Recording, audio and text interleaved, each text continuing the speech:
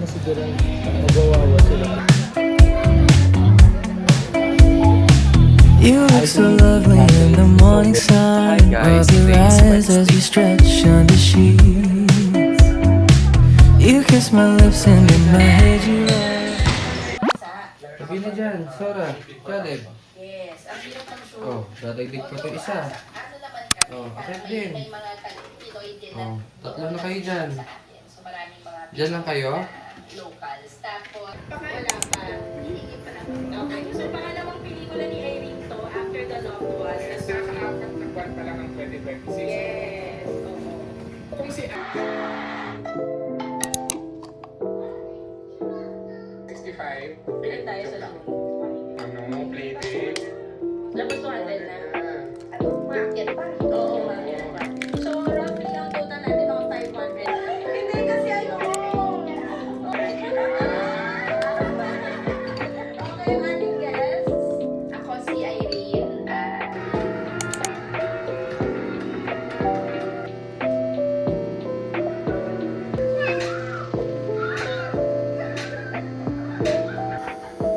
advice na mga aspiring filmmakers. Wala yung sinasabi. Kailangan nag-practice kayo. Gumawa ng pelikula. Sige, go. So, shot tayo. Okay, okay na ako dyan. Oo, okay ako dito sa... Ay, Steve. Tugtugan mo yan! Mahina ka ba?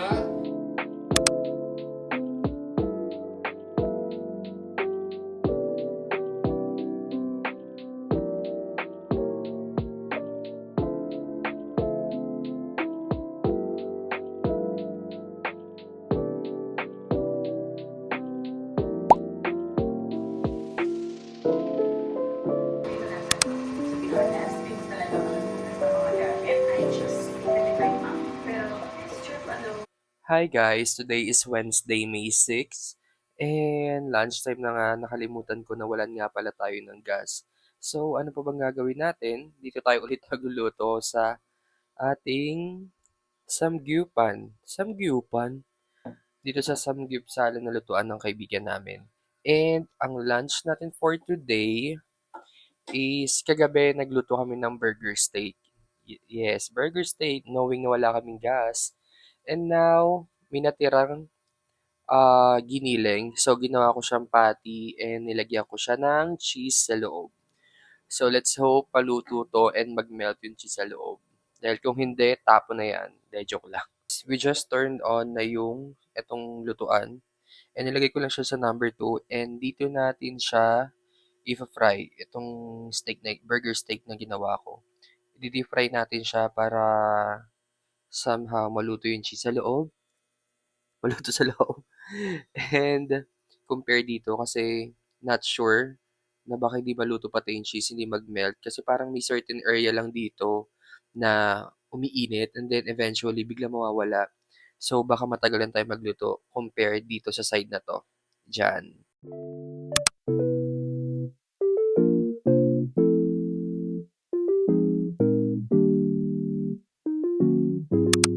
What the dog doing?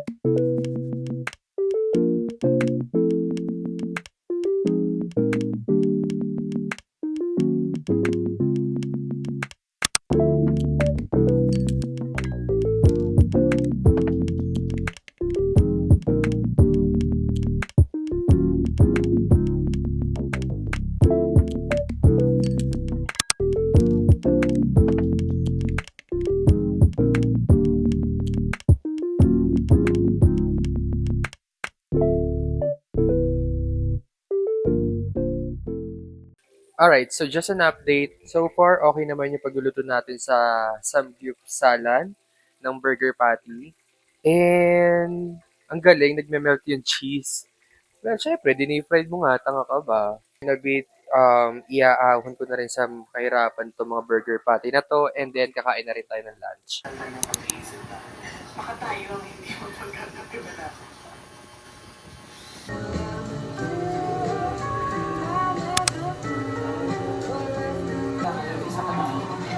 Sinadya namin hindi magkape sa Karuba kasi dahil kung may gusto i-try ng mga cafe na kailangan pagkasyahin sa isang araw kasi basically one lang ang full day. Yeah, I...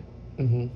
Actually, I believe the candidates is aware that the interviewer is based in India. That's why they had to adjust with the time zone.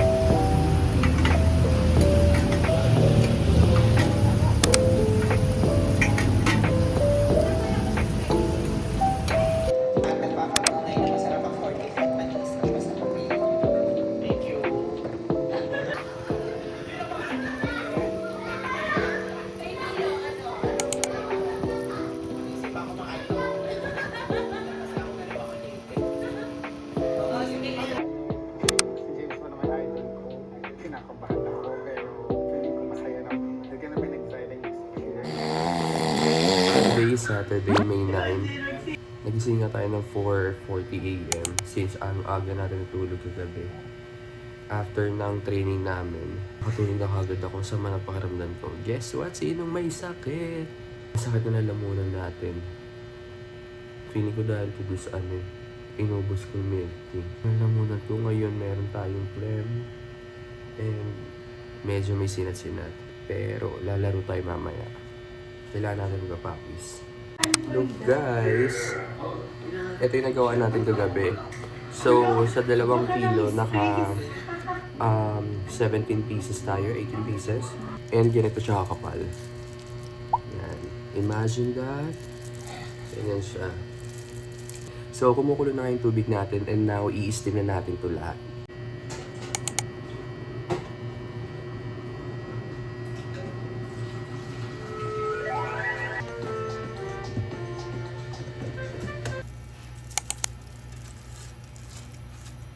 So I was saying guys, so yun na nga, asama ng pakiramdam natin.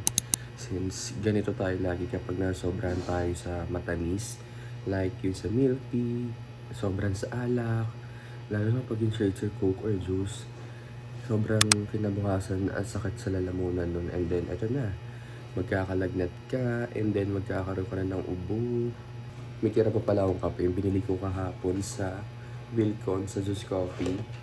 And this is my first time trying this Juice Gula Melaka. This one. So yung strongness nito, mild nga lang yung pinili ko since hindi naman ako makatulog nito kapag yung super strong yung pinili ko. And so far okay naman siya. Gusto ko naman yung lasa niya, hindi siya ganun katamis. Siyang arnibal, yung sa ilalim na to. Diba yung pag in-order mo ito una, ang daming zero, parang arnibal. Pero so far, it's good. So right now, iniisip na nga natin yung nagawa nating embutido. So basically, that's 17 pieces. And I'd like to thank yung mga repeat customer na mga ka-office mate ng partner ko and sa mga bago mag-try and sa mga friends ko na sumuporta. I really appreciate it guys. I know this hassle, kailangan na kailangan natin ito ngayon kasi sobrang mahal na ng bilihin, Diyos ko po. So, ayun, hintay lang natin ma-steam yung mga embutido for 45 to 1 hour. Kailangan yun para hindi masira yung embutido, hindi mag-asim kapag i-store na natin sa ref. Since we pick up yung pa nila ma-umorder to sa Monday. Back inside the SMO Asia Arena, we saw Dr. Renato Bardo speak. Carnita Jr. from National University. Alam mo ba, magwawawa sila. Ay, nasiguro, magwawawa sila ko. Inayak ko.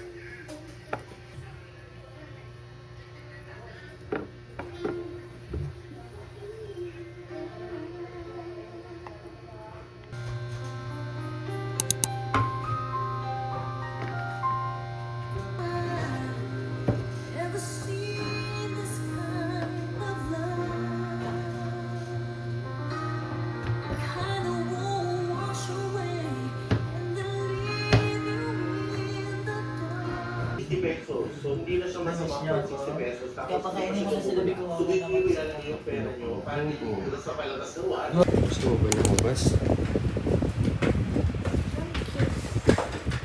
Kasi...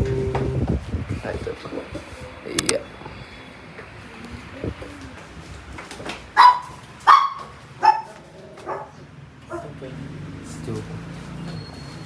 Tama lang po ba yung weight niya? Oo naman. Sige, paano ako? Caleb.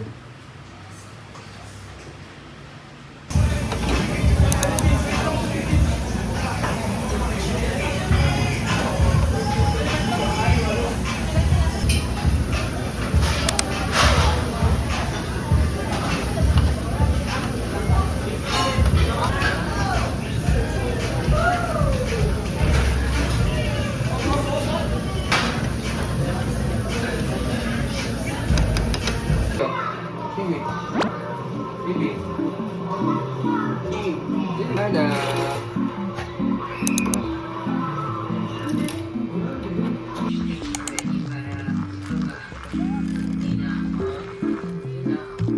What's your guess, Nina? 10 years.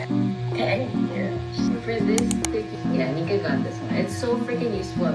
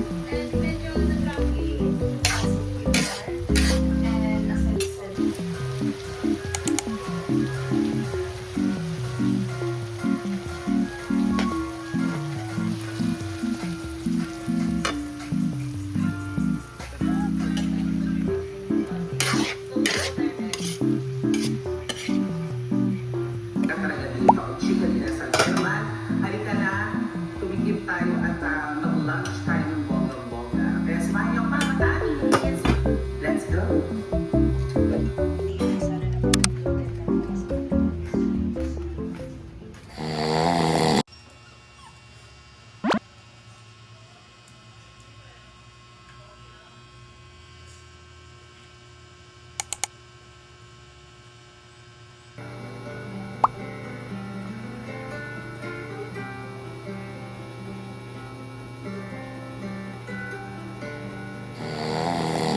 Good morning guys! Today is Wednesday and kung naririnig nyo, we're still recovering from our sakit, yung ubo natin and yung sipon. And right now, mag-prepare nga lang tayo ng pagkain ng mga fur babies natin. Maghiwa tayo ng gulay na ihahalo natin sa dog food nila. So, we have here kamote and ito yung kalabasa nila. So, hinahaluan namin siya ng gulay. We always make sure mas maraming gulay compare sa kibbles nila kasi eventually, ayun yung nagiging reason ng pag-shorten ng lifespan ng mga fur babies natin. Yung laging dog food, processed food yung pinapakain natin. Maganda dito kasi yung fur babies namin na bago, si Caleb, which is 3-month-old pa lang. Sinasanay na namin siya sa gulay, more on gulay, para hindi siya maging picky eater. And dati, once a day na lang namin sila pinapakain, which is ayun yung ideal for adult dogs. But since meron kami ngayong baby pa lang, si Caleb, yung 3-month-old, we decided na ibalik sa twice a day. Napapansin namin na lumulobo nga ulit sila. Which is good. At the same time, hindi siya ideal for adult dogs. So, yeah, dog food, konti lang naman. And then more on gulay and rice.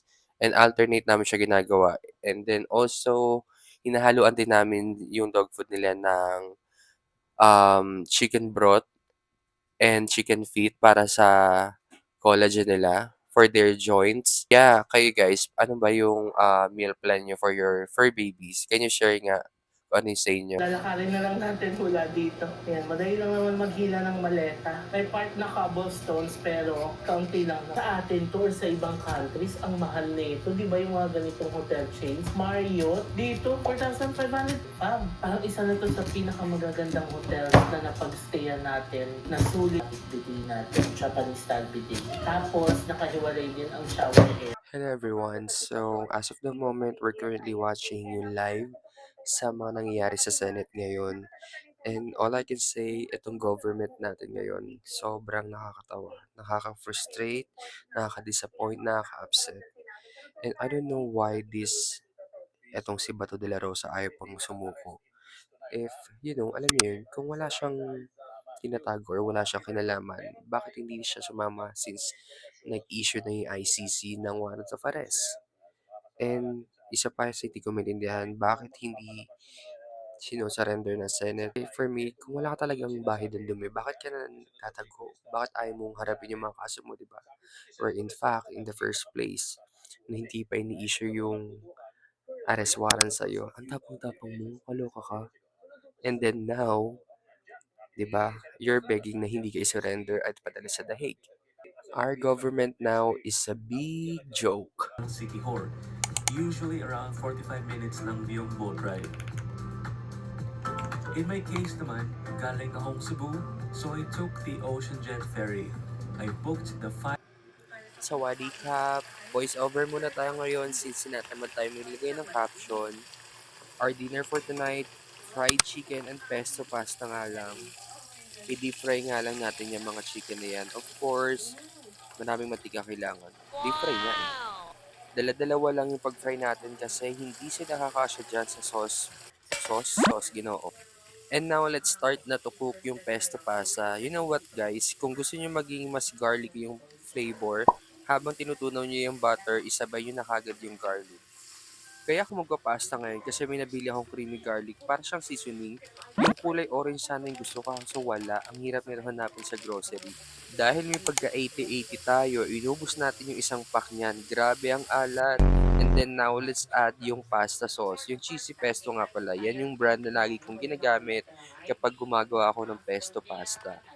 Alam nyo ba? Syempre, hindi pa. Dati hindi ko talaga gusto tong pesto pasta kasi ang weird niya, color green tapos pasta.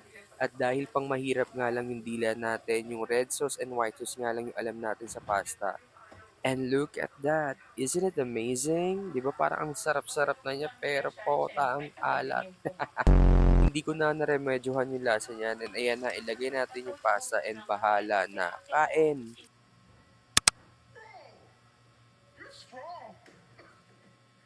Hi guys, so today is Thursday. And yeah, medyo nahihilo tayo sa ulo natin dahil nama tayo, baso-baso tayo kagabi with my friend. Yes, ang ingay ni Caleb. Oo.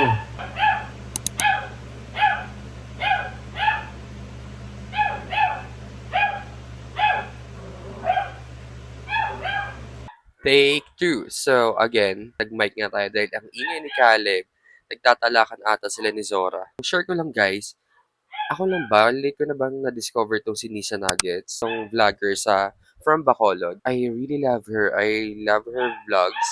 Sobrang baliw. I mean, siya yung tipong tropa mo talaga na bakalang babae. Masasabi mo bakalang babae.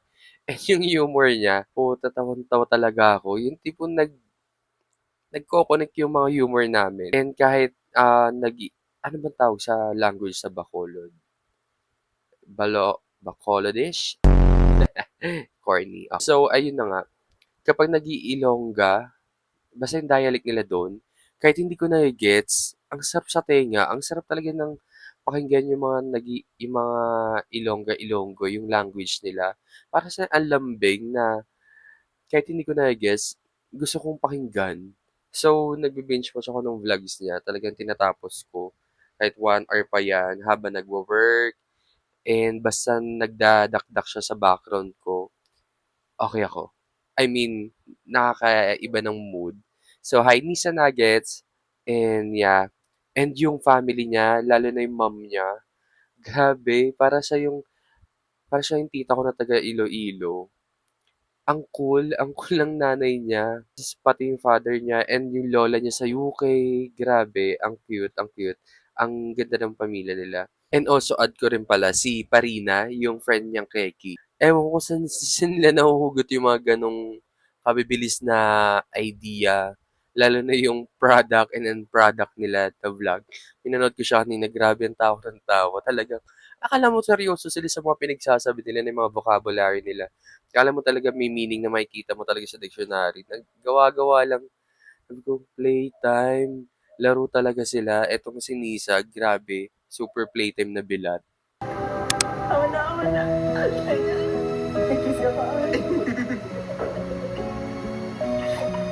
Music yan. I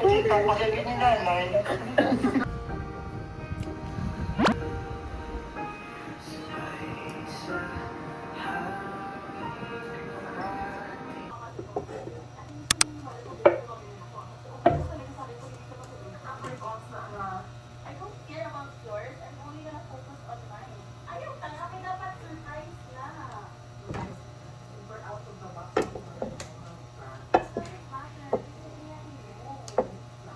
Good morning guys! Today is Friday.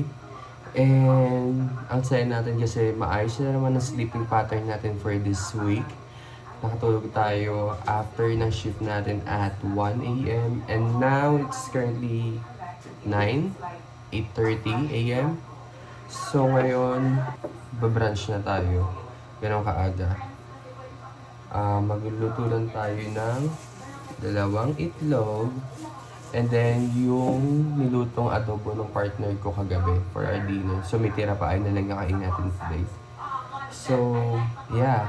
Kung naririnig nyo sa background, si Nisa Nuggets, pinapanood ko na naman yung mga vlogs niya and I do really love her vlogs. Sobrang ang ganda. I mean, nakatuwa panoorin, nakaka-add siya.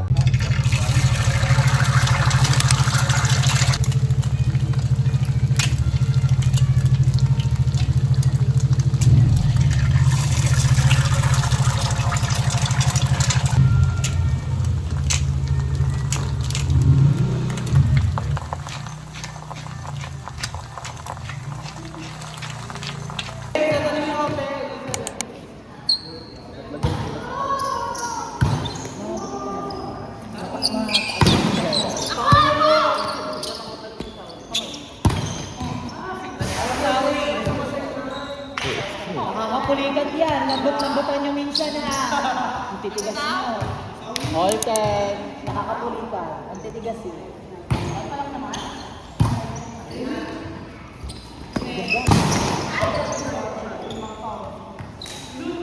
Yeshida! Wow!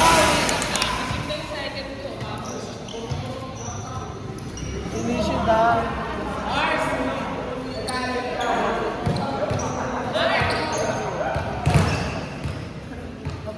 Six ka na ba, Kim? Gaga!